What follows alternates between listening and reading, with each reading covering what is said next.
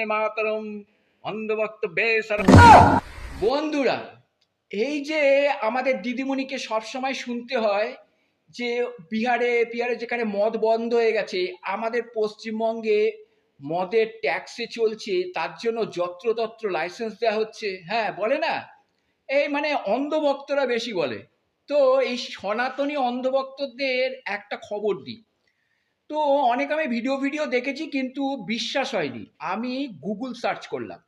Google সার্চে বললাম যে ভারতের গরুর মাংস রপ্তানিকারক দুটো বড় কোম্পানির নাম বলো। তারা কিন্তু সঙ্গে সঙ্গে আমাকে দিয়ে দিল দুটো বড় কোম্পানি।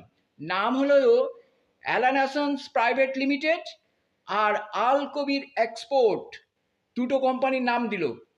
এবং আমি এবং আপনারাও এই দুটো কোম্পানির নাম শুনে কি মনে হচ্ছে? মনে হচ্ছে না যে এই দুটোই মানে ইসলামিক মানে কোম্পানি, মানে মুসলিম কোম্পানি? একদমই না। তাদের নামও দিয়ে দিয়েছে, নিচে দেখুন। একজন হচ্ছে সতীশ ও অতুল সবরওয়াল, মানে দুজনেই হিন্দু।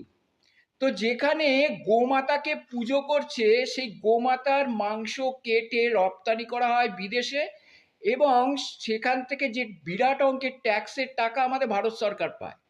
তাহলে যখন সেই গোমাতাকে মেরে আমাদের যে যেহেতু এখানে গরুর মাংস চল আছে, সেহেতু এক্সপোর্ট করতেই পারে, সেই নিয়ে কথা নয়। কিন্তু এই যে অন্ধভক্তরা বলে না যে মদের লাইসেন্স দিচ্ছে ট্যাক্স, তার মানে ট্যাক্স সবই থেকেই আসে, ঠিক আছে? সেটা নিয়ে কোনো এই চেঁচামেচি করার কোনো ব্যাপার নেই।